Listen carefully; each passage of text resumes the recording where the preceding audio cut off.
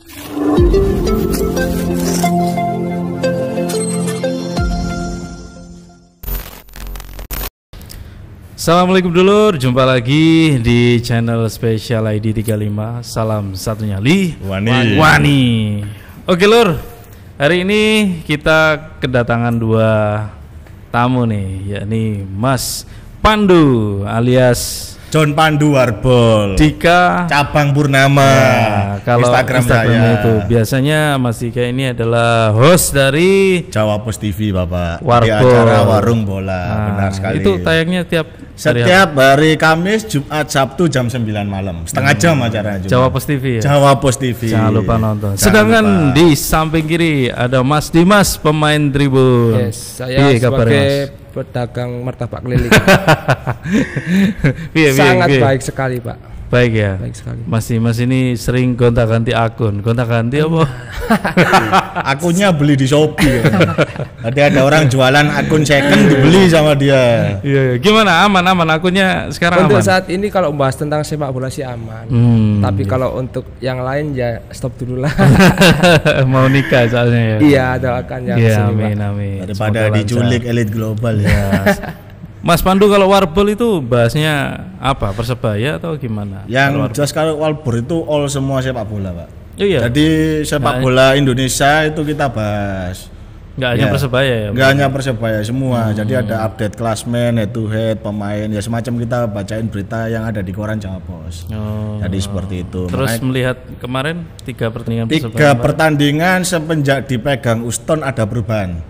Sedikit tapi perubahannya. Yang pertama dari segi kepercayaan pemain itu pemain udah percaya dengan masing-masing temennya. Beda. Kalau itu apa? Chemistry-nya bener. Maksudnya kalau dulu kan dipegang Coach Aji itu saya melihatnya contohnya kalau di main sayap ya. Misal Bruno nih pegang bola, udah nggak mau ngumpan ke siapa-siapa. Kayak ada jarak lah, kayak gitu. Nah kalau dipegang Coach Uston ini berbeda. Sekalipun Bruno di mana dia masih percaya sama teman-temannya, khususnya yang ada di tengah.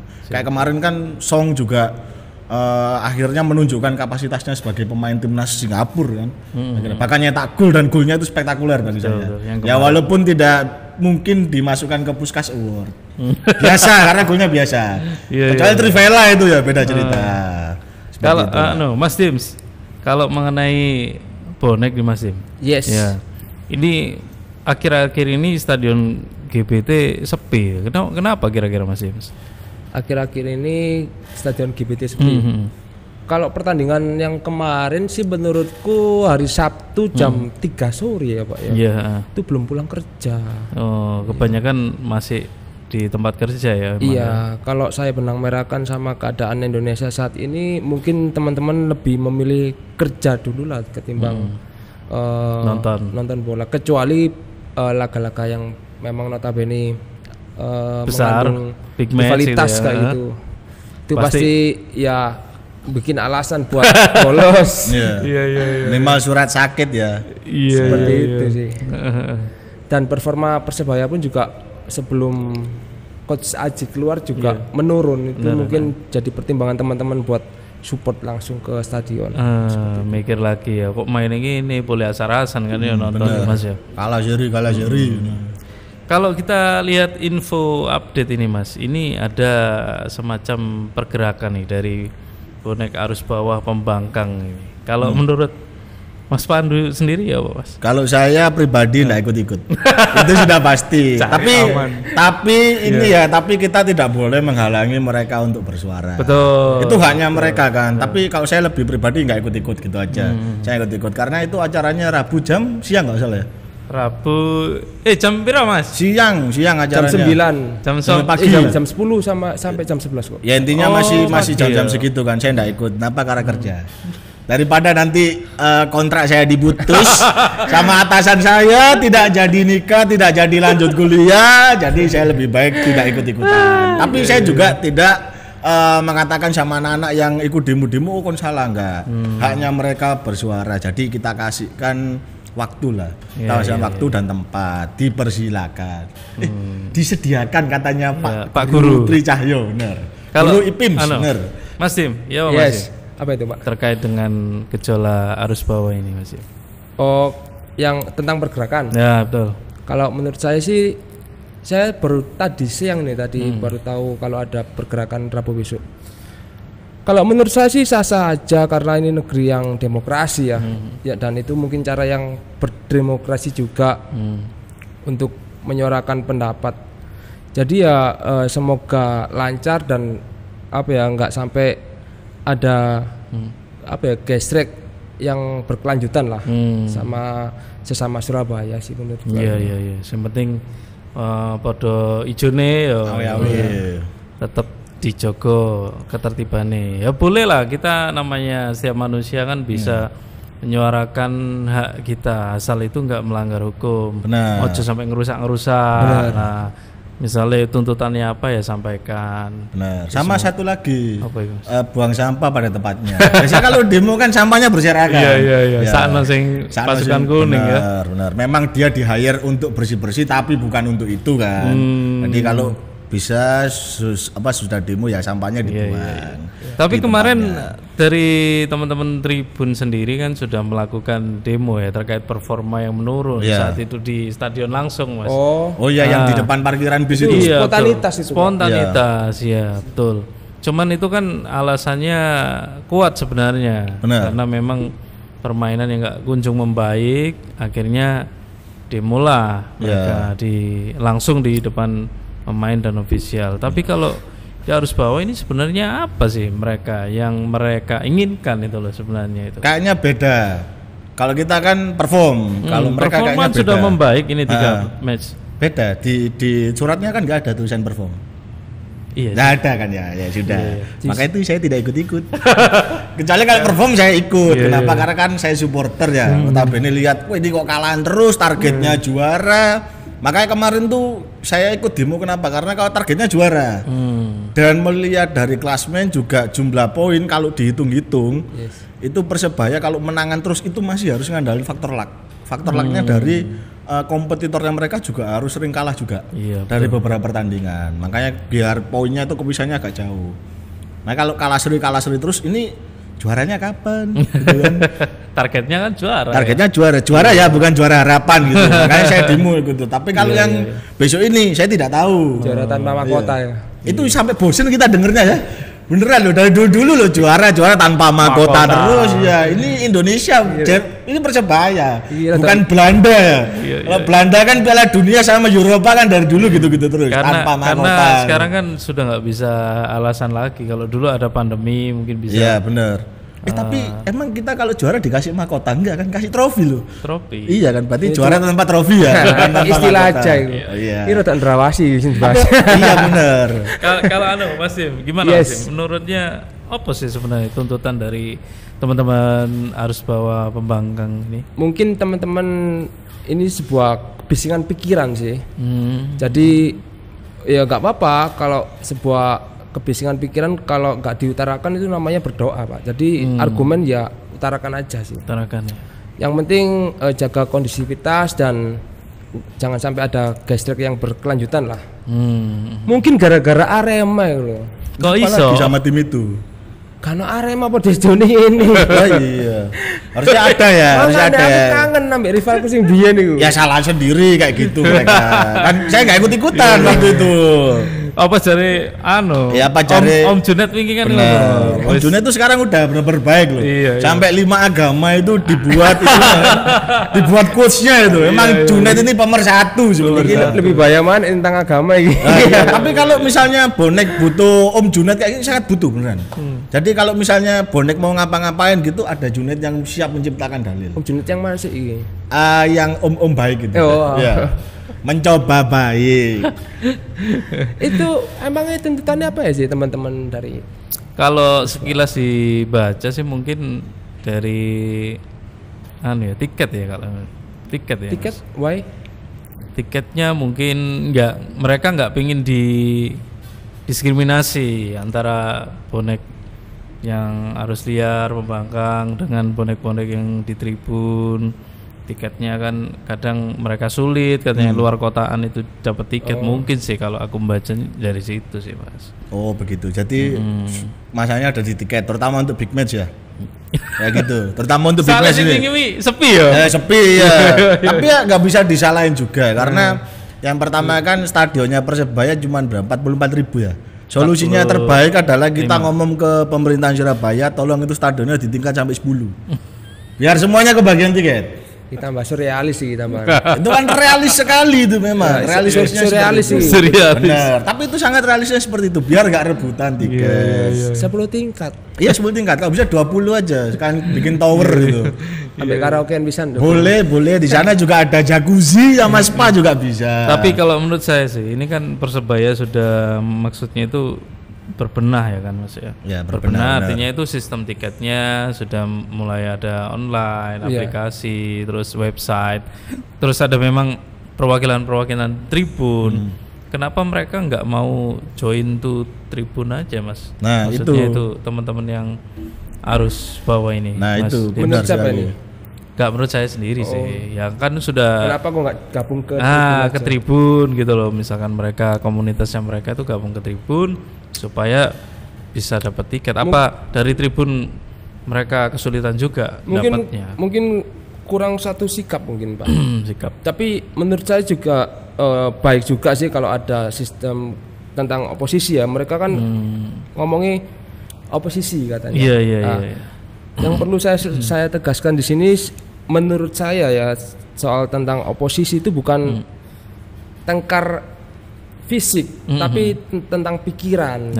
Oposisi di situ. Betul. Jadi menurutku juga baik juga karena memang dunia harus seimbang juga kan. Ya mungkin ini terobosan yang baik juga sih untuk kedepannya. Tapi jangan sampai gesreknya berkelanjutan sampai kontak fisik, ya mending pertengkarkan aja pikiran. Pian wis kok pian yo gak usah sampai sekarang karena kita sekarang sudah hukum sekarang sudah nggak mau mandang iki bonek endi dan misalnya kriminal ya diambil. Karena masa depan juga tidak datang dengan menyalahkan masa lalu. Jadi harus fokus lah sama. Kemarin aku bikin postingan Mas, yang motor listrik. Oh iya, bagus ini untuk berkelahian. Keliling bro, ke GBT. Kemudian Mas Dimas kemarin ngasih komentar ini. Panjang banget. Biar jelas. Ternyata masih ada yang nggak jelas. Salah satunya saya itu.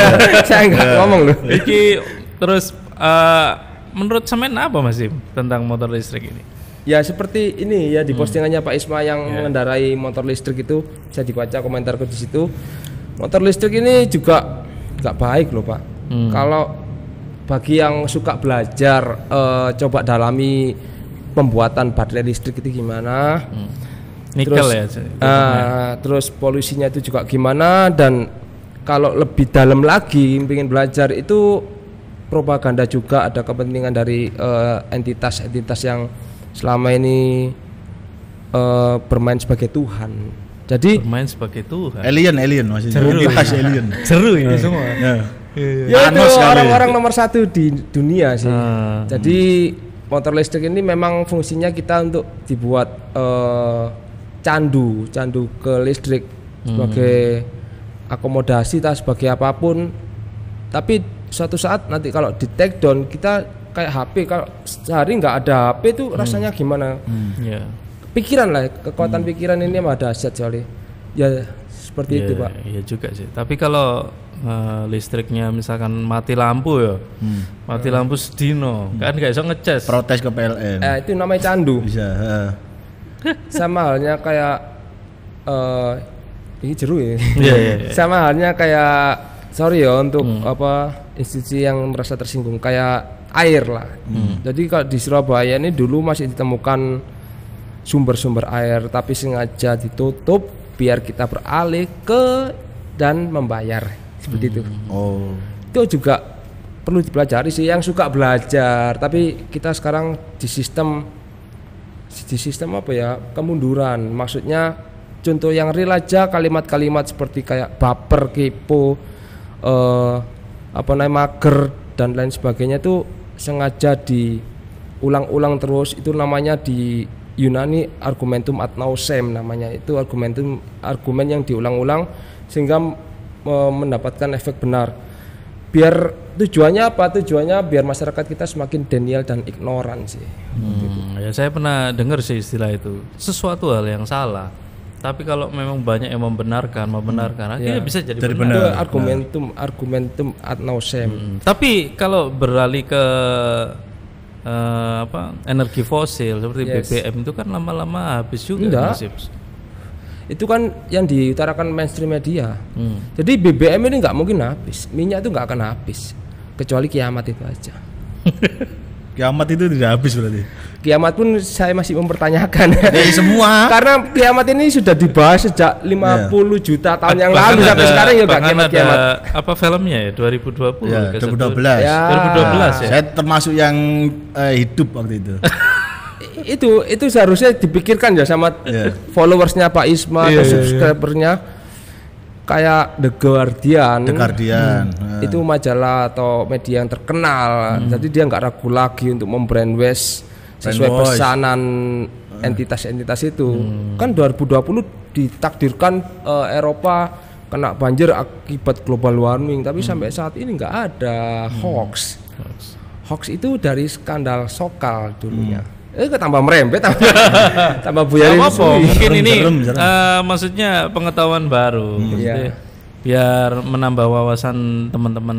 Ya, jadi hoax itu resultantinya 0. Hoax itu 0 atau kurang dari 0. Jadi kayak media-media besar yang mainstream itu dia nggak ragu lagi untuk memberitakan sesuai narasi pesanan.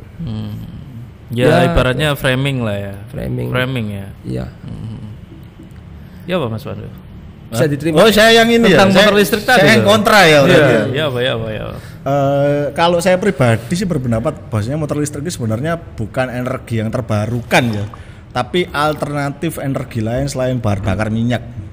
Nah, sebenarnya juga yang diutarakan pemain Tribun nggak ada yang salah, nggak salah juga karena emang listrik juga butuh, terutama kan dari fosil juga. Terus juga handphone kita juga pakai kobalt juga dari dari fosil juga dan lain-lain. Tapi kembali lagi sebenarnya kalau memang ada alternatif lain selain listrik, harusnya memang coba untuk disuarakan. Nah, kalau untuk urusan yang tadi elit-elit tadi ya, global. Entitas yang lain ya, ini kalau teori konspirasi saya tidak bisa menyalahkan 100%.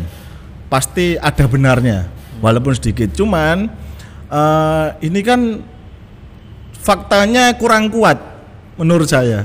Dalam arti bagaimana kita percaya kalau memang faktanya itu nggak bisa digunakan sebagai pembenaran. Makanya kalau kemarin-kemarin waktu era COVID itu ya, saya tuh memang menghindari untuk berita-berita yang mengatakan hal yang demikian. Pertama kayak ngomong, wah vaksin ini cari duit gitu. Ya gimana lagi kan, kalau misalnya memang ada penyakit kita butuh obat untuk melakukan itu. Tapi kan tidak bisa kita bilang bahwasanya perusahaan obat itu mencari keuntungan lebih di situ. Karena kalau saya berpikir seperti itu, berarti saya berpikir bahwasanya defaultnya manusia ini sehat, tidak pernah punya penyakit kan ya, defaultnya loh. Berarti saya bisa berpikir bahwasanya ini pabrik yang bikin obat masuk angin, obat pusing, obat ma itu semuanya merencanakan ma, pusing dan masuk angin gitu kan. Saya sampai mikir kayak gitu. Tapi kalau untuk yang tadi saya tidak bisa menyalahkan 100%. Tidak boleh itu. Tapi lebih tepatnya kita harus mencari pembenaran yang emang benar-benar. Pertama kan objektifnya tadi. Nah, kalau untuk masalah media mainstream, baik lagi kadang kan saya setuju sih media mainstream terkadang udah mulai aneh-aneh sekarang. Ya sesuai George Soros itu. Ya terutama masalah judul lah, nggak usah jauh-jauh ke sana. Terutama masalah judul, media mainstream itu selalu bikin judul yang aneh-aneh dan hasilnya berbeda. Itu clickbait. Emang untuk jatuhnya clickbait. Iya, clickbait. Jadi kalau untuk judul biar bagus, secara marketing bagus, tapi secara isi nggak ada sangkut-pautnya. Iya, contohnya dulu Persib mendatangkan Messi. Waktu dibaca Bida Messi. Ya benar, sama-sama Messi. Rans mendatangkan iya kan Ronaldinho, tapi kan bukan untuk satu liga kan. Cuma untuk fan game. Saya setuju, makanya saya tidak bisa menyalahkan 100%. Tapi kalau emang ini energi listrik, kalau yang tadi dibilang listrik itu candu, ya mau gimana lagi, makan juga candu. tidur juga candu. Memang sulit membedakan antara kebutuhan dan candu, itu memang sulit sih. Mungkin kita harus nunggu energi solar ya, matahari yang benar-benar energi surya. Tergantung, kalau ada avatar di sini yang mengikuti 5 elemen bisa semua energi dimasukkan. Jadi sebenarnya tuh banyak yang menyuarakan, tapi kan lagi-lagi media kan dipegang sama orang-orang yang sama, termasuk sekarang berita yang paling mencengangkan itu di HW yang kebakaran itu media mainstream mana yang upload? Gak ada. Media-media besar kayak The New York Post dan lain-lain, CNN nggak ada yang memberitakan. Dan mungkin ada segelintir yang memberitakan, tapi bukan penyebab aslinya. Jadi kalau mau belajar itu ada namanya DEW, itu direct energy weapon namanya. Jadi bukan karena climate change yang selama ini diutarakan sama Greta Thunberg. Tapi kan bukan berarti, menurut saya, tapi kan bukan berarti dia tidak diberitakan itu berarti orang-orang itu tadi yang pesen itu jadi berita ya jadi bisa jadi begini, ada case sih, saya nggak nyalain ya, tapi setuju ada berapa case nih, semisal ada korupsi di suatu daerah. Nah ini yang diberitakan korupsi ngomong, jangan diberitain saya yang korupsi. Nah, dalam arti memang serentak gitu, kayak COVID ini, pemberitaannya narasi ketakutan pada saat itu. Tapi saya lawan, saya sama teman-teman saya lawan. Ya secara logika ya kok mereka bisa serempak kayak isu climate change saat ini. Ya tanda tanya, kenapa kok media-media besar kok isinya sama, kayak nggak ada berita lain yang diberitakan? Ya karena emang itu yang dibikin narasi pesanan. Karena kalau Mas Pandu tadi bahas, misalkan ada yang korupsi terus bilang jangan sampai memberitakan saya korupsi, itu termasuk propaganda. Ya kejahatan korporasi juga, Mas. Yes, korporasi. Jadi ada misalkan ada bos ya yang sebuah perusahaan, yang memerintahkan itu limbahnya sudah buang aja di sungai. Benar. Tapi di situ kan ada orang-orang bawahannya. Ya. Jadi kalau ada masalah yang disalahkan orang-orang bawahannya. Yang bosnya tadi sudah lepas. Ya kamu gimana caranya mengelolanya? Kenapa dibuang di sungai? Tapi perintahnya dia kan pada. Iya, saya tahu. Akhirnya yang dikorbankan anak buahnya, benar. Kejahatan korporasi. Tapi kan tidak bisa kita menyalahkan media mainstream kenapa tidak diberitakan. Ya media mainstream itu kan ya itu tadi ada yang tanda kutip megang-megang, yang megang siapa, akhirnya kan konflik kepentingan juga bisa. Nah, setuju dan lain sebagainya. Sama sistem demand juga di situ ada. Demand. Yes. Iki omongannya wabah temen ya. Saya juga pusing makanya saya ngerokok ini beneran. Tapi saya netral di sini. Nah, soalnya sama Mas Pandu ini nggak netral kan? Soalnya saya tuh mau cari objektifnya itu sulit gitu loh. Karena kan waktu dulu masalah COVID ya, orang-orang tuh narasinya sama, malah berubah-ubah. Mohon maaf ya. Dulu ngomong COVID itu karena 5G, sinyal 5G. Ini nggak ada kesambungannya antara 5G sama. Ada. Lah apalagi. Yang nggak belajar pasti nggak tahu. 5G. Iya sinyal 5G. Walaupun saya ngerasa ini kan virus, ini kan sinyal, nggak ada hubungannya menurut saya. Hubungannya. Ntar, ini menurut saya ya. Kedua adalah waktu vaksin nanti akan ditanamin chip. Ya. Kita bukan tanamin chip. Menurut saya kan waktu saya suntik vaksin nggak ada chip yang tertanam gitu kan. Ini menurut saya sih. Cairan lah. Ini menurut saya sih. Makanya saya juga ngerasa ini kok kita kurang objektif ya. Tapi saya tidak bisa menyalahkan karena kembali lagi mungkin bisa jadi di teori konspirasi itu ada benarnya walaupun sedikit, tapi menurut saya tetap lemah gitu, pembuktiannya itu lemah banget. Lemah pada saat itu, tapi enggak pada saat ini. Kalau saat ini kita kan menuju era transhuman, artificial intelligence. Artificial intelligence dari dulu kan sudah bukan dari dulu, ini karena tercetusnya dari Elon Musk. Enggak, bukan gitu. Maksudnya gini, orang-orang kan sekarang tuh pada takut sama AI ya. AI itu memang akan membunuh. Lah Google kan AI. Pada saat ini itu lebih terorganisir lah istilahnya. Jadi pada saat COVID ya itu cuma gerbang pintu masuknya era transhuman menurut saya. Tapi ya benar, pada saat dulu tahun 2020 saya dianggap gila, halu dan sebagainya. sehingga aku didiskriminasi tak apa. Terus ke 2022 semakin benar aku dianggap gila untuk pembahasan yang akan datang kayak era transhuman, masalah dulu vaksin masih ini masa vaksin mas malah basing. Enggak sih, soalnya kan begini. Jadi vaksin ini saya sempat diskus sama dokter besar di ID ya, saya bilang langsung nggak pakai inisial. Itu juga ngomong tentang microchip. Sebenarnya bukan microchip, lebih ke microchip itu ke nanochip. Jadi kalau nanochip ini microchip dibagi 1000 dan pembuktiannya ya nggak sekarang kan, akhirnya era transhuman juga mau datang kan. Ini juga ada hubungannya sama 5G ya, semoga saja asumsi saya salah ya untuk kedepannya. Jadi otak kita mau di merger sama robotik, dan menurut saya juga Gen Z itu satu-satunya generasi yang menjadi manusia utuh. Maksudnya manusia utuh? Ya kodrat sebagai manusia, belum sama robotik belum merger. Maksudnya belum terkontaminasi dengan teknologi. Sekarang coba lihat pemberitaan Elon Musk menanamkan chip otak. Terus di Amerika ada McDonald yang 100% tanpa bantuan manusia. Itu nggak ada yang kebetulan. Untuk saat ini memang saya dianggap seperti halu, tapi untuk mendekati ke sana makin benar. Nanti tetap halu lagi saya ngomong yang akan datang. Tapi bukan peramal loh. Iya, soalnya kan begini, ini bagi saya pribadi ya. Sebenarnya yang dibicarakan tadi juga sama menebar ketakutan juga endingnya. Karena kan kita ketakutannya semu nih, kita belum tahu fakta secara langsung dan fakta memang benar fakta yang secara objektif ya. Nah itu makanya kenapa saya kontra, karena yang dibicarakan itu rata-rata faktanya lemah. Makanya kenapa saya kontra di sini. Itu makanya kalau bilang ini ada AI nih, AI isok lebih pintar daripada manusia, ya balik lagi manusianya kalau nggak mau belajar ya tetap akan kalah dengan AI. Kan Google tuh juga AI, Yahoo, Gmail itu juga AI. Tapi kan kembali lagi saya tidak bisa menyalahkan 100%, mungkin bisa jadi iya, tapi secara pribadi saya masih belum bisa untuk percaya. Tapi saya nggak ngomongin Anda gila loh ya. Nah karena saya sendiri pribadi saya gila itu. Nah kalau ngomongin Gen Z dibilang apa tadi? Generasi manusia utuh terakhir. Menurut saya nggak utuh-utuh juga.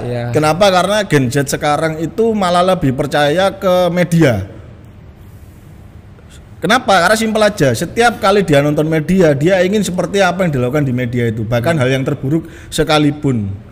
Serius, makanya kalau media dibilang media itu adalah alat konspirasi, ya kembali lagi siapa yang mau membuat. Ya, jadi saya sendiri pun bisa loh menciptakan. Dalam arti begini, saya ini ada media nih, media Twitter lah misalnya, kita ambil Twitter. Terus saya kira saya tebar cerita soal zodiak. Orang-orang percaya dengan zodiak, bahasanya oh kalau Gemini itu orangnya kayak gini, Cancer orangnya kayak gini, dan ternyata diterima dengan baik oleh Gen Z karena faktor cocok logi. Dalam arti oh bener aku tuh Gemini, aku tuh orangnya sulit ditebak, atau aku tuh Cancer kalau disakitin pasti akan balas loh. Jangankan Cancer, itu ada orang Scorpion saya pukul kepalanya juga balas pasti kan ya. Bahkan endingnya jadi cocok logi gitu. Tapi kembali lagi ya, kita tidak boleh mencerna satu media ya. Nah mungkin kalau orang lain bilang oh ini main Tribun aneh, ya nggak boleh gitu. Jadi kalian sendiri yang akan menentukan di antara kita. Ini bukan soal kebenaran ya, dalam arti ini isinya mana nih. Kalau misalnya main Tribun ngomong kayak gini bukan berarti dia salah. Dia juga punya data. Anda pasti punya data kan ngomong kayak gini. Data dan fakta. Nah itu makanya saya bilangin, kadang orang-orang itu mau goblok-goblokin kayak gitu, bener. Harusnya digoblok-goblokin tuh bukan kita, wasit yang namanya nggak jelas itu. Ya kan? Oh di lapangan kan begitu. Tapi Mas, secanggih apapun teknologi AI ya Mas ya, tentu yang tidak dipunyai adalah jiwa gotong royong, nurani, hati nalar. Itu yang saya maksud, lebih cerdas dari manusia. Dia nggak pakai nalar. Perbedaannya manusia sama robotik. Dan kembali lagi sama Mas Pandu tadi, memang tidak ada kebenaran yang absolut. Benar. Hanya ada 3 kebenaran, versiku, versi Pak Isma, dan versi dia. Oke Lur, kalau kita tadi bahas wabut ya sampai tutup AI barang Elon Musk dan sebagainya. Sekarang kita mau bahas yang ringan-ringan lah untuk yang santai slow. Slow. Mas, tadi kan sempat bahas tentang wasit nih. Wasit paling sawering kan apa ya? Aneh loh keputusannya. Benar sekali di Indonesia itu. Kalau menurut sampean ya apa Mas? Dulu itu saya masih ingat waktu ada Bapak Amir Burhanuddin ya. Sempat saya tanyakan waktu itu, Pak, kalau wasit bikin salah, kira-kira apa yang dihukum untuk wasit? Karena kan kalau tim bikin salah udah jelas, duit, denda, duit, dan apapun lah itu. Kalau wasit gimana? Kalau wasit kita istirahatkan. Enak temen mikir gue. Wah, enak temen, kontroversial. Sudah gitu tidak bisa banding atau poinnya dikembalikan. Cuman diistirahatin. Padahal impact-nya besar. Impact-nya besar, bener. Makanya saya sempat protes kan waktu itu. Dan akhirnya saya lihat juga masih banyak wasit di Indonesia yang lebih tepatnya belum bisa objektif lah, atau seadil-adilnya. Ya mungkin emang adil-adil tuh punya Tuhan. Tapi seenggaknya kan Anda wakil Tuhan dalam pertandingan gitu. Seharusnya bisa lah, harus objektif kayak gimana. Dan waktu itu sempat dibilang kayak gini, ya itulah kenapa kita butuh VAR. Nah, kalau misalnya kita butuh VAR, kita malah takut gimana Pak? Dibakar ruangannya. Dibakar kan ruangannya. Ya saya kembalikan lagi, bukan soal VAR-nya dibakar. Nah, kalau wasitnya kayak gitu, gimana Pak mau lihat VAR? Sedangkan di Eropa sendiri atau di negara manapun yang pakai VAR tuh masih kontroversi sampai sekarang. Masih banyak kontroversi. Minimal ada wasit di belakang gawang, sebelah gawang 2. Sebelum itu kan perang 2011 kan. Piala Liga Champion MU lawan Barca. Saya inget dulu nonton waktu itu MU kalah, sedih saya masih MU. Itu ada wasit di sebelah gawang sebelum VAR. Dan itu bisa dilakukan di Indonesia. Kalau ngomongin VAR sebenarnya kejauhan. Yang ada dulu lah dimaksimalin. Terus apa wasit itu kalau bisa diberi pendidikan yang benar-benar bagus lah ya, walaupun sekarang sudah ada sih. Tapi seenggaknya kalau memang dia salah ya harus diberikan hukuman yang sesuai. Kalau cuma diistirahatin aja ya enak dia. Jadi wasitnya kalau keputusannya salah benar-benar takut ya. Jadi memang benar kalau itu pelanggaran ya pelanggaran. Pelanggaran benar. Contohnya wasit terbaik. Karena hukumannya berat. Berat benar. Karena contohnya wasit terbaik yang waktu itu nggak ada VAR ya juga sampai sekarang masih dihormati dan takutin. Sekarang malah jadi legenda. Colina contohnya. Colina nggak ada VAR tetap dihormatin. Orang Italia. Bener. Orang Italia sampai protes begini-begini, dia cuma diem gini aja berani Mas Ian. Dan itu emang bukan agresivitasnya, intinya peluang dia salah itu ya ada, tapi tetap dia dihormati, terus dia juga berani dan lain-lain, dia juga berani ngambil keputusan tegasnya gitu, iya, bukan cuman diistirahatkan doang, ya semua juga bisa, malah itu yang berpikir kita aneh-aneh nih wasit nih. Tapi kalau ada yang ngomong wasit dibayar, ya iya memang wasitnya dibayar. Kalau gotong royong kesel dia kan, saya sudah gotong royong bikin kesalahan dimarahin sama supporter, kan lebih capek malah nanti. Iya. Kalau Mas Sim, Apa Pak? Ya tentang wasit ini Mas Sim. Tentang wasit, mumpung stok kartu merah saya masih banyak ini. Jadi wasit saat ini juga kayaknya sih nilai ketulusannya diragukan sih kalau jadi profesi sebagai seorang wasit, karena saya lihat sih kayak ada intimidasi gitu ya, lagi-lagi pesanan gitu. Yang kontroversi waktu di Jeglang di lapangan di kotak penalti juga nggak ada pelanggaran sama sekali dan nggak ada tindakan tegas. Ya kalau untuk wasit sih mungkin Mas Pandu lebih. Oh waduh, saya bukan orang wasit padahal. Saya bukan orang wasit, tapi dulu almarhum ayah saya sempat jadi wasit. Cerita dulu almarhum ayah saya itu pernah jadi wasit, terus ada pemain yang nekling nih. Ini yang nonton bukan cuma orang Surabaya. Saya terjemahkan tadi, pemain tribun ngomong di Jeglang itu artinya di tackling. Yes. Ya kan ya. Tadi ada pemain tuh di tackling sama ayah saya, yang nekling tuh di kartu kuning, nggak terima.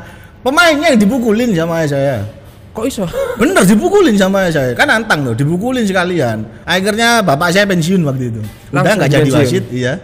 Dipensiunkan atau pensiun sendiri? Langsung pensiun sendiri. Udah nggak jadi wasit, mending saya kerja tambang. Ya akhirnya almarhum ayah saya kerja tambang, nggak jadi wasit. Yang bahaya justru wasit-wasit tarkam itu Mas. Oh benar, kalau bisa wasit tarkam itu disediakan golok ya.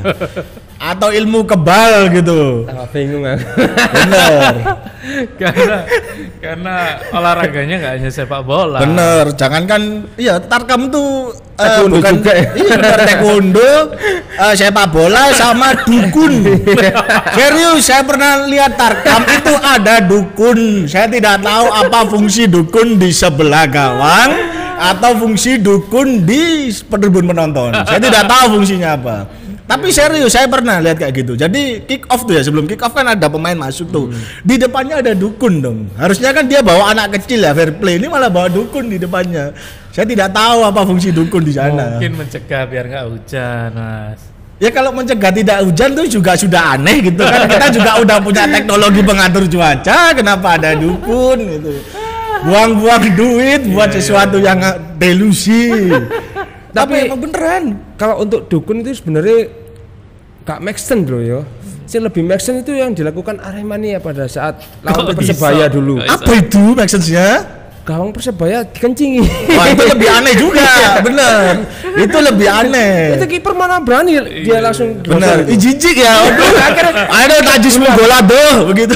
Bulan terus akhirnya ya. Iya bener. Najismu golado kan ya. Bener. Harusnya tuh ada tim sterilisasi dia. Bener. Emang era-era 2010 ke bawah itu aneh-aneh. Ada kencing yang dilempar. Ada orang yang jualan dide begini tiba-tiba didenya hilang. Enggak dibayar. Aku tahu itu, Pak. Apa jolong dide? Enggak, nang jualan dide. Waktu di Tambak Sari kan aku di bawah, pegang tameng, Mas. Weng diuncal terus pesing. Waduh iya. Sama saya juga di Tambak Sari sering ditipu sama pedagang nasi yang sudah basi. Kayak gitu. Enggak. Aduh, kan anu ya. Bonek wis mulai kabeh. Kan polisi mesti keri-keri tuh Mas. Iya, ya pasti dong. Iku ST sing gak payu, langsung digua nang got. Berarti airnya dipertanyakan itu. Berarti airnya dipertanyakan memang. Aku nih. Loh. Wah, tak kira digo mulai ngono ya. Digua langsung nang got. Tapi emang era Tambak Sari itu era-era penuh cerita, Pak. Betul. Permainan di 2010 ke bawah kan emang keras. Bahkan bonek-bonek sekarang tuh sering ngaku dirinya itu lulusan Tambak Sari. Saya itu punya teman banyak, ceritanya itu template semuanya. Serius, ceritanya itu template, pasti punya lah temen yang kayak gini. Orang lain diceritakan langsung. Iya bener, rata-rata dan itu template sama semua. Tanyain gitu ya, yang seumuran saya nih ya, saya 28 tahun, jomblo masihan. Jadi kalau mau kenalan dengan saya, follow IG saya di _cabang Purnama. Jadi begini. Teman-teman saya itu bisa cerita gini, kamu ngefans Persebaya sejak kapan? 2004. Yes. Sama semua 2004 saya finale Persebaya final kan ya waktu itu 2004 saya sama bapak saya digendong dan itu semuanya hampir sama gitu loh. Ono sing lek nunut lek. Nah, lek nunut itu gak masalah. Ini rata-rata saya digendong bapak saya waktu itu. Dan ceritanya itu sama digendong bapaknya semua gitu kan. Kan sebenarnya enggak ada masalah ya kamu ngefans Persebaya kapan kan nggak ada masalah gitu loh. Yang penting sampai kapan. Bukan dari kapan. Bukan dari kapan. Itu omongannya supporter Manchester City sih kalau cari. Tapi sebenarnya nggak masalah sih. Ya kan namanya juga orang suka kan nggak harus dari dulu kan baru dikatakan dia loyal. Nggak juga kan. Nah ini rata-rata template. Dan waktu itu jujur saya 2004 tuh nggak di Tambak Sari. Nggak Tambak Sari 2004 umur berapa? 7 tahun saya kelas 2 SD. Saya masih ngompol kalau di sekolah. Itu ini dulu dengerin di radio. Masih ingat kan dulu kan ada radio. Nah, ada radio tuh. Ya di atas itu. Sama nonton TV Antv dulu enggak salah kan? Ya, Antv situ. Saya itu masih ingat betul kondisinya Tambak Sari gimana dulu. Terus tiba-tiba ada orang ngomong saya digendong bapak saya dari 2004. Saya cuma ngomong, masih ingat enggak dulu kejadiannya kayak gimana? Terus dia bilang, "Oh, ingat waktu itu rame dan terus ya aman-aman aja." Lupa padahal waktu itu hujan. Ya kan? Dan Tambak Sari kalau hujan itu banjir yang di luar. Dulu waktu lawan Persema kalau nggak salah waktu di Tambak Sari itu teman-teman ke bawah. Ya, tapi tambah rusak kabeh. Sampai itu kan rumput. Bener kan? Pakai papan iya, papan reklame. Tapi tambah rusak kabeh. Dan kalau nggak salah itu yang putih-putih di rumput dulu itu hilang kan ya dulu kan. Bukan pakai cat air, bukan pakai cat minyak dulu kan, pakai ini kapur dulu kan. Pengalamanku di Tambak Sari yang nggak terlupakan itu pada saat lawan Persela yang rusuh. Rusuh terus beberapa minggu ke depan ada pergelaran foto di Tunjungan Plaza 1. Saya lihat ternyata saya tertangkap kamera sedang membawa gawang. Udah ngapain Anda bawa gawang? Gawang waktu itu gawang sebelah yang itu Kidul, ya selatan. Selatan. Ya apa bahasanya dicomplung. Ya kan bongkar pasang kan dulu itu. Bisa kan? Oh enggak tahu itu complung digeletakkan di area apa namanya? SB yang sebenarnya utama itu loh. Di situ terus aku tertangkap kamera di situ. Naik kecil Anda. Masih kelas 6 SD. Itu naik ganduk naik. Enggak ikut bawa gawang gini kena tangkap kamera Jawa Pos. Oh. Waktu lawan Persela. Benar. Makanya kan kadang orang-orang yang ngerasa begitu tuh sampai nggak tahu guyonannya anak bonek zaman dulu ya. Makanya kan kadang ada yang ngaku kayak gitu tuh saya tanyain guyonan anak bonek zaman dulu dia nggak ngerti. Masih ingat guyonannya? Dulu tuh gini, dulu tuh ada guyonan kalau kita mau berantem sama orang, itu selalu ada omongan kayak gini. Kon arep tukaran karo DE. Iya. Alah awakmu bonek numpak taksi jajan gelut. Bener gak? Dulu itu numpak taksi bonek haram. Estafet aku dulu. Gandol itu nomor 1. Makanya orang zaman dulu yang aku, saya zaman dulu tapi tidak tahu jokes itu aneh menurut saya. Dan kalau ada pertandingan itu toko-toko tutup kafe. Sudah pasti tutup semua. Tutup kafe. Apalagi dulu tiketnya kayak tiket karcis. Masih ngejaya. Terus kursinya kursi ini plastik itu, bukan plastik ya. Yang VIP itu besi maga itu kalau didudukin sama orang yang ukurannya big size bisa kebalik itu orangnya beneran. Masih ingat saya 2010 berapa ya waktu itu masih pelatihnya Arema itu ini Robert Rene Albert. Itu kan sempat naik juga kan ke VIP kan. Yang foto sama maskot Persebaya dulu. Oh iya. Itu ya, ada almarhum Pasuruan. Bener, saya dulu sempat di situ juga. Nonton di situ dan sebuah kebanggaan kalau saya nonton Persebaya di Tambak Sari sambil naik pohon. Temen waktu itu ambek siapa nontonnya Mas? Sama teman-teman dulu. Gak ambek bapak digendong. Oh enggak, bapak saya dulu kerja di bapak yang digendong. Jadi di keluarga saya itu aneh sebenarnya. Jadi yang suka bola itu cuma 2, yang keluarga ini ya. Saya sama almarhum bapak. Almarhum bapak itu nggak suka Persebaya, sukanya Persiba Balikpapan. Orang Jawa Tengah sukanya Persiba Balikpapan, kan tidak nyambung. Tidak nyambung. Yang suka Persebaya cuma saya aja. Kok bisa? Ya kan dulu bapak kerja di situ di Kalimantan. Sempat Kalimantan, akhirnya sukanya Persiba. Sama saya itu kalau Eropa aja seneng. Kalau Mbah almarhum Mbah saya memang Persebaya dari dulu. Sama Niak Mitra dulu sempet sering cerita dulu malah. Mungkin kalau kerjanya di Kalimantan Selatan mungkin nggak suka ke Balikpapan ya, Persiba Balikpapan. Sukanya ke Samarinda. Tapi lebih anehnya bapak saya itu sempat kerja di Papua di Freeport. Dia nggak suka Persipura, sukanya malah Persiba Balikpapan. Aneh memang keluarga saya itu. Beneran. Yang cuman suka Persebaya cuman saya. Itu pun termasuk kategori haram dari orang tua. Kan emang orang tua dari zaman dulu sampai sekarang kan hampir sama tuh. Jadi bonek itu isinya rusuh dan dulu rusuh. Naik apa di Tambak Sari?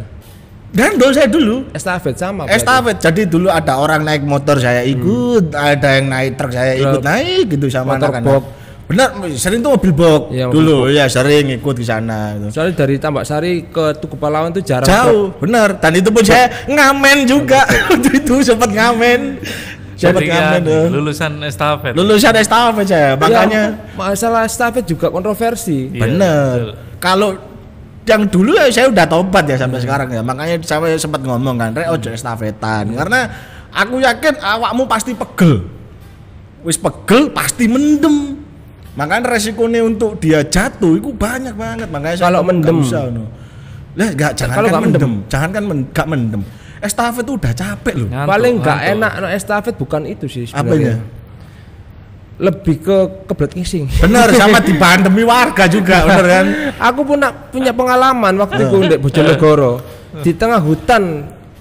Rasanya nggak bisa menolak kelezatan alam itu. Bener. Mau gimana masa truk saya pinggirkan terus nungguin saya beol, nggak mungkin. Akhirnya beol di truk. Akhirnya akhirnya nunggu pom bensin terdekat. Baru saya ya ampun gak gini ya. Tapi ada sisi baiknya juga, pada saat itu kita juga terdidik survive. Waduh, terdidik survive. Aku survive itu waktu estafet, waktu nggak ada rumah makan, nggak ada uang buat beli makan, itu yang dibuat tubuh buat kenyang itu apa? Kuah bakso. Nah, jadi ini apa ya, pelajaran yang bisa saya petik sih.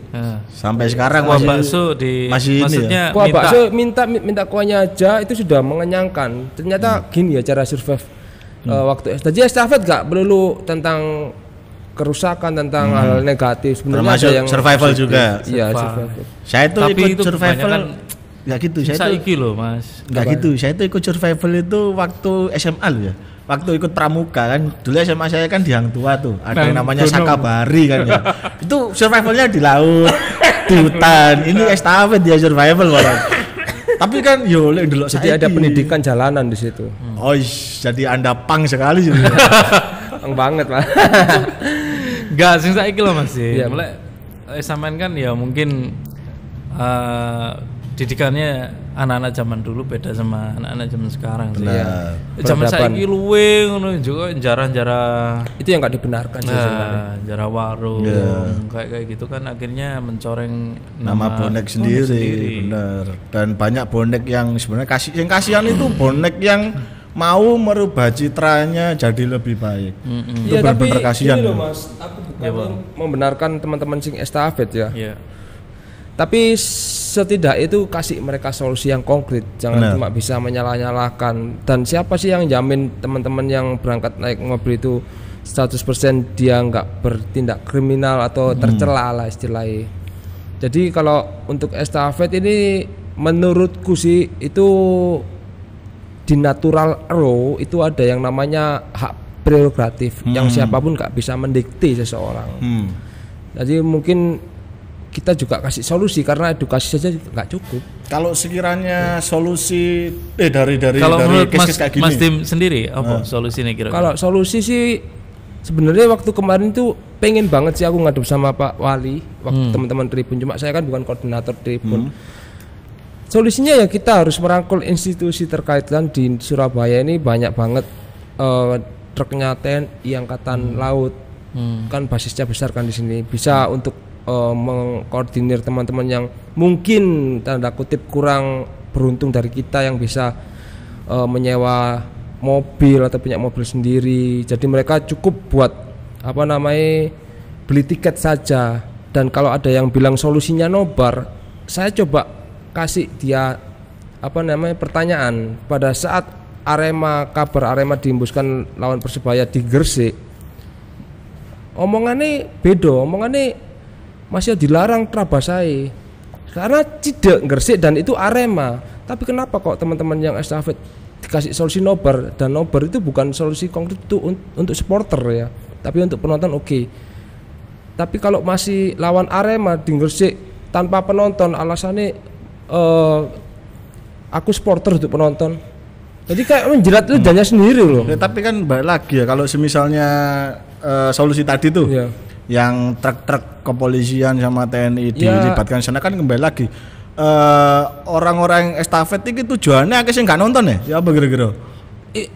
Iku teko awal memang wis gak kenal berarti kan nyaring dulu pengalamanku ini aku punya modal, waktu itu punya modal uang buat beli tiket saja, tapi nggak ada modal buat transportasi.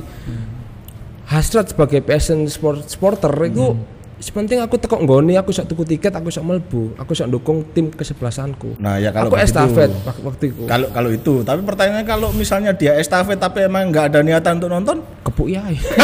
Nanti kan disaring dulu akhirnya nanti di sini. Aku kan sering sosial eksperimen di sekitaran stadion itu masih. Yang kemarin itu Pak. Ya saya coba sih tes case siapa tiket, nanyain mereka itu ya gak nggawa duit, kurang ono tiket. Terus mereka apa sebenarnya tujuannya? Ya pokoknya aku nang gini Pak, nang stadion gini Pak, aku seneng Pak. Itu yang estafet. Iya, yang estafet yang kemarin. Coba itu yang tanya ke influencer yang mendadak jadi supporter, apalagi benar kepentingan politik yang sekarang masuk di tribun. Benar coba sekali. Tanyakan pertanyaan yang sama waktu Pak Isma tanya yang ke orang-orang estafet, ke dia juga jawabannya dia nggak tahu apa-apa. Iya benar sekali. Bisa dicoba ini. Ya, saya setuju makanya. Jadi saya nggak janganlah mengejudge atau menilai buku dari sampulnya saja gitu, maksud kayak gitu. Kalau saya itu sih namanya objektif. Kalau saya sih bukan mengejat ya, saya itu sayang sama teman-teman estafet. Kenapa? Karena emang banyak kejadian di luar sana, terutama dia jatuh lain-lain kan. Aku lebih sayang dia mereka jatuh, sih. dia kena sartok, itu sudah konsekuensi karena dia sudah lakukan sejak awal penuh dengan kesadaran. Benar. Maka dari itu saya sayang kan ketika dia sadar kayak gini nonton video kita, saya itu sebenarnya sayang. bukan menolak mereka dalam arti kon duduk bonek, enggak. Karena kan yang namanya supporter ya ada banyak ini kan macam-macam kan, ada emang dia suka supporternya, ada yang suka tim bolanya dan lain-lain. Tapi kembali lagi alangkah lebih aman ketika dia ikut retetet atau istilahnya nabung dulu lah untuk itu. Maksudnya untuk UWD selamatannya dia sendiri. Iya. Makanya itu kan saya itu sayang banget karena saya nggak kepingin ada cerita teman-teman bonek jatuh lagi dan lain-lain, dan ketika mereka dalam arti mohon maaf nih ada kejadian seperti itu akhirnya kepecah, ada yang benar-benar kasihan nggak tega, ada yang goblok-goblokin gitu. Jadi dua malahan, tapi kalau saya lebih milih ke kakak kasihan malahan. Tapi aku di situ juga edukasi Mas Dim, artinya gini, ya tak kasih tiket terus tak imbau, maksudnya lain kali deh, misalnya gak nggo tiket, yo sawakmu nyelengi dhisik lah minimal tiket lah Pak. Ono tiket ben iso menjero, lawakmu lek neng jobo ngene akhirnya grumbul, ngarai macet, akhirnya dipukul mundur polisi itu juga muncul gitu loh, tanda tanya, ngapain kamu kesana kalau nggak punya tiket? Itu nggak punya uang buat beli tiket atau itu. Karena mereka saya tanyain, "Nggo duit enggak?" Kak Pak ngomong 20.000. Benar, tapi pertanyaan Anda tadi benar sekali. Apa itu? Bisa dicoba itu sama orang-orang seleb sama kepentingan politik. Jangan salah, di sini kita kan ada seleb ya yang di tribun begini langsung bilang this is passion gitu kan ya. Muncul passion apanya? Politik identitas nanti. Benar, Anda kan nggak ingin dengar kan tiba-tiba ada di tribun di stadion ya. Tempatnya mau pintu masuk ada yang nyanyi lagu partai gitu kan, nggak asik gitu dengarnya. Saya juga waktu bahas tentang estafet juga dikonter sama teman-teman yang notabene mungkin bisa dikatakan ekonominya baik ya. Sampai saya terlontar kalimat cukup tribunmu ya aturanmu, udah kok mbok atur-atur. Tapi kembali lagi Mas, kalau kita ngomongin masalah tiket tadi ya, saya kenal dekat salah satu kapunya Manchester United, namanya Pitbull. Kenal dekat. Saya dulu itu di United Indonesia itu kapunya UI Jawa Timur. Kenal plek saya sama kapunya Manchester United. Siapa jenenge Mas? Pitbull namanya, Pitbull. Dia gundul. Kayak gitu. Nah, kamu fan-nya MU karena? Benar iya, makanya saya itu tahan malu dan tahan segala cuaca. 7-0 itu. Akhirnya ya 7-0. Kemarin 2-0 sama Tottenham. Iya. Sama sisi kapunya setan merah itu. Ya kenal akrab. Nah, dulu itu bahasa apa itu? Banyak cerita-cerita. Jadi di Inggris itu rata-rata yang di stadion itu adalah turis sama penonton. Nah, terus bagaimana dengan hooligan mereka? Mereka itu lebih menuju ke bar. Jadi ada beberapa bar itu punya aturan. Nah, salah satunya yang ada di Pitbull ini, saya lupa nama barnya apa. Nah, kalau masuk ke sana itu harus wajib punya tiket terusan 1 tahun. Dan di sana itu mereka nge-change. Bener asli nge-change, dan di beberapa bar itu juga punya bukan kapo ya, kayak ada orang ikonik lah. Salah satunya ada Mr. Miyagi. Namanya bukan Mr. Miyagi sih, dia itu orang Jepang atau orang Cina gitu, datang ke sana. Kalau ini orang datang tiba-tiba ada fans MU langsung ngomong, "Oh, Mr. Miyagi." Akhirnya diangkat disuruh ngecen. Nah, itu yang dilakukan oleh teman-teman di Inggris. Bukan dalam arti di Inggris kan kalau orang-orang ngomong kan di Inggris tuh supporternya begini, sebenarnya nggak kayak gitu juga gitu, karena emang yang dilawan itu adalah kapitalisme secara tim. Makanya seperti itu kan, mereka yang lebih loyal, yang lebih emang dia pemberani lah, emang sebenarnya supporter itu mereka lebih milih ke bar malah, bukan ke stadion. Sampai sekarang masih berhubungan baik ya? Sampai sekarang masih berhubungan baik. Barnya itu di dalam stadion? Oh enggak, di luar. Di luarnya. Tapi ada yang di dalam stadion kan ya? Ada sih beberapa stadion di sana Liverpool kan. itu ya. Ya, beberapa stadion di sana. Bisa tidak dia menyebutkan Liverpool itu komputer saya. Liverpool. Ya, benar. Kan di stadion di Inggris kan emang ada bar, ada museum, ada itu jadi satu. Kalau di sini kan hampir nggak ada ya. Sampai berhubungan baik masih sama. Iya masih ada. Kalau saya diblokir malah sama kaponya Curvasud Itali. Curvasud Milan. AC Milan. Kenapa? Marco Passini. Kenapa sama Passini? Waktu Lucky Luka kemarin intimidasi pemain-pemain yang kalah, itu saya protes keras. Kenapa? Kamu ini fans atau mafia? Loh, memang kan Italia seperti itu. Ya, itu saya diblokir. Memang kan Italia seperti itu. Anda gak dijawab tapi diblokir. Anda nggak protes ketika Berlusconi dilempar sepatu? Yes. Waktu salah beli pemain? Nggak protes juga? Nggak protes. Aku protesnya kemarin waktu Lucky Luka mengintimidasi pemain harus menang terus itu. Tuh saya tanya nggak dijawab malah diblokir. Fasis banget. Nggak ngintimidasi teman-teman yang kemarin. Ini saya bicara tentang Curvasud Milano. Iya, udah. Karena saya fans Milan dari dulu. Mohon maaf ya, Italia tetaplah utara. Forza Lazio, Forza Inter. Merk. Ayo mau ngomong apa? Mau ngomong Merda tapi menang. Oke Lur, jadi kita sudah ngomong panjang lebar ya, mulai dari dalam negeri, isu-isu tentang yang terjadi di dunia ini sampai sepak bola dalam negeri, luar negeri dan sebagainya. Mungkin ada closing statement nih dari Mas Dika dulu, Mas Dika. Closing statement apa ya? Closing statement maksudnya yo pesan-pesan kayak dulur-dulur. Oh iya. Kata-kata mutiara. Kata-kata mutiara untuk dulur-dulur pemain iku ojo dipaidu bapak ibu wis ngono ae. Kasihan serius karena yang main kan dia bukan bapak ibunya. Dan bapak ibunya ngidam-ngidam ya. Enggak ada urusannya dengan ngidam-ngidam, enggak ada urusannya dengan dia lahir zodiaknya apa, sionya apa. Lek pengen protes saya secara pemain. Kemarin sampean ya. Oh iya mengkritik Josh Brown benar. Saya dulu awal waktu cara mengkritik sampean ya Pak. Oh iya, dulu itu awal pertama Josh Brown masuk, saya itu kurang setuju. Kenapa? Karena dia satu kali uji coba langsung masuk. Trial kan langsung kontrak. Wah, ini nggak cocok kayaknya. Sekian tapi lama dari segi face itu menjual. Bener ganteng. Kalau saya kan beda lah sama Josh Brown ya. Ganteng dia lah. Saya akui dan saya realistis. Akhirnya kemarin saya faktanya memang seperti itu ya. Akhirnya saya kemarin bikin kaos tulisannya berusahalah agar kamu berhasil. Itu pakai bahasa Yunani. Oh, Yunani. Iya, kura ut faet, lupa saya namanya. Akhirnya saya kasih sedikit surat. Tulisannya gini, Dear Josh Brown, saya berharap kamu masuk line up. Jika tidak ada yang percaya dengan kamu, sebagian bonek termasuk saya itu masih percaya dengan kamu, jadi berjuanglah.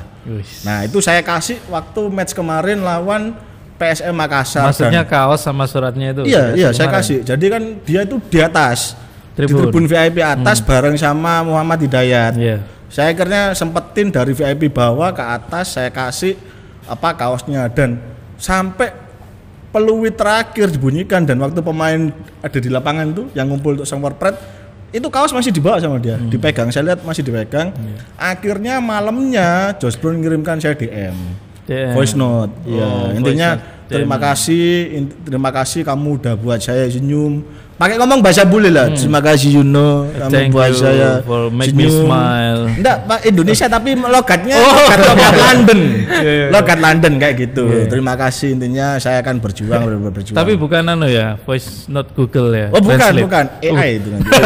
Maksudnya kan DM IG gitu. Dan tadi saya lihat statusnya waktu latihan dia senyum itu. Saya kan jadi senang gitu. Jadi kalau mau tanya kontribusimu untuk Persebaya apa? Ya itu sudah. Nah, berarti ini cara mengkritik yang positif itu salah satunya seperti ini ke pemain ya. Enggak harus maido, ibumu ngene kon lahir kon pasti zodiakmu ini. Enggak sesuai konteks. Benar sekali. Kalau Mas Sim, apa Mas Sim closing statementnya? Kalau saya closing statement saya di sosial media ya terutama itu argumen harus dibalas dengan argumen ya, jangan sampai ada sentimen di situ biar satu bonek satu terwujud. Wani. Oke Lur, matur nuwun buat Mas Pandu dan Mas Dimas. Terima kasih kopinya Pak. Sudah mau datang ngobrol banyak di sini. Semoga video ini bisa memberikan pelajaran kepada kita semua ya, membuka wawasan kita bahwa ada kontroversi, kemudian ada asumsi-asumsi yang berkembang yang harus kita terima dengan dengan akal sehat kita sendiri ya. Dan tidak boleh menjelekkan pihak yang lain. Nah, terutama buat dulur-dulur bonek, podo ijone wis gak usah eker-ekeran yo, tetap dijogo sedulurane. Salam satu nyali Wani.